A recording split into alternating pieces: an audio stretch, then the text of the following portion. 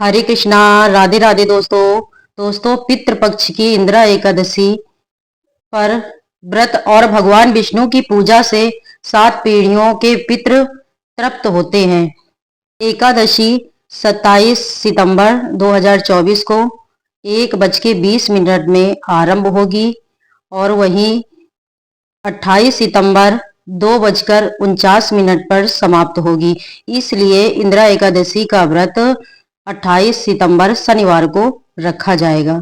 एकादशी के दिन भगवान विष्णु की पूजा के साथ साथ ही तुलसी या आंवले का पेड़ लगाने से पितृ प्रसन्न होते हैं। पद्म पुराण में कहा गया है कि इंदिरा एकादशी पर व्रत और भगवान विष्णु की पूजा से 7 पीढ़ियों के पितृ तृप्त होते हैं। श्राद्ध के दिनों में आने वाली ये एकादशी बहुत ही खास मानी जाती है। इस दिन भगवान शालिग्राम की पूजा और व्रत रखने का बहुत ही उत्तम विधान है। कोई पूर्वज जाने अनजाने में किए गए अपने किसी पाप की वजह से यमराज के पास दंड भोग रहे हों तो विधि विधान से इंदिरा एकादशी का व्रत करने उन्हें मुक्ति दिलाने के लिए हम इंदिरा एकादशी का व्रत रख सकते हैं। एकादशी के दिन तर्पण, पिंडदान और ब्राह्मण भोजन करवाने से मृत आत्माओं को मोक्ष मिलता है। उपनिषद में भी कहा गया है कि भगवान विष्णु की पूजा से पितृ संतुष्ट होते हैं। एकादशी पर आंवला, तुलसी, अशोक, चंदन या पीपल का पेड़ लगाने से भगवान विष्णु के साथ ही पितृ भी प्रसन्न होते हैं। यह एकादशी पितृपक्ष में आती है, इसलिए इसका महत्व बढ़ जाता है। ग्रंथों के अनुसार इस एकादशी पर विधि पूर्वक व्रत कर इसके पूर्ण को पूर्वजों के नाम पर दान कर दिया जाए तो कहते हैं उन्हें मोक्ष की प्राप्ति होती है और व्रत करने वाले को वैकुंठ की प्राप्ति होती है। पुराणों में बताया गया है कि जितना पूर्ण कन्यादान, हजारों वर्षों की तपस्या और उससे अधिक पूर्ण एकमात्र इंदिरा एकादशी व्रत करने से मिल जाता है। इस एकादशी के व्रत और पूजन की विधियां सभी एकादशियों की तरह ही है, लेकिन सिर्फ एक यही अंतर है कि इस एकादशी पर शालिग्राम जी की पूजा की जाती है। इस दिन स्नान आदि से पवित्र होकर सुबह भगवान विष्णु के सामने व्रत और पूजा का संकल्प लेना चाहिए।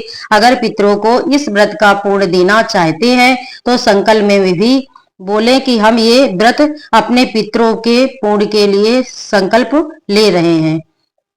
इसके बाद भगवान इंदिरा एकादशी पर तुलसी माता की पूजा करने से जीवन में शुभता आती है और विष्णु भगवान का आशीर्वाद मिलता है। मानता है कि इस दिन तुलसी के पौधे पर जल चढ़ाना चाहिए और उनकी परिक्रमा करनी चाहिए। साथ ही घी का दीपक जलाना चाहिए और माँ तुलसी के 108 नामों का जाप करना चाहिए। इंदिरा एकादशी का व्रत बहुत शुभ माना जाता है। इस दिन करने वाले को वैकुंठ की प्राप्ति होती है। और इस एकादशी में हमें कथा ये जरूर सुननी चाहिए कि सतयुग में इंद्रसेन नाम का एक राजा था जो महिष्मती नगरी में राज्य करता था। उसे सभी भौतिक सुख प्राप्त थे। एक दिन नारद मुनि राजा इंद्रसेन की सभा में उसके मृत पिता का संदेश लेकर पहुंचे।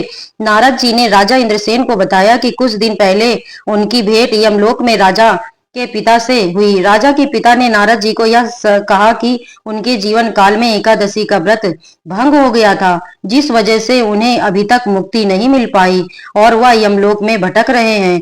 यह संदेश सुनकर राजा बहुत ही दुखी हो गए और उन्होंने नारद जी से अपने पिता को मुक्ति दिलाने का उपाय पूछा, जिसका हल निकालते हुए नारद जी ने बताया कि अगर अश्विन माह में पड़ने वाली इंदिरा एकादशी का व्रत किया जाए तो इससे आपके पिता को सभी प्रकार के दुखों और पापों से मुक्ति मिल जाएगी और वो वैकुंठ धाम को प्राप्त होंगे। इसके बाद राजा ने इंदिरा एकादशी व्रत का संकल्प लेकर भगवान विष्णु की विधि विधान से पूजा की। साथ ही राजा ने पितरों का श्राद्ध किया, ब्राह्मण भोज और उनके नाम से क्षमा प्रार्थना की और दान पुण्य भी किया, जिसके परिणाम स्वरूप राजा के पिता को मुक्ति मिल गई और उन्हें मोक्ष की प्राप्ति हुई।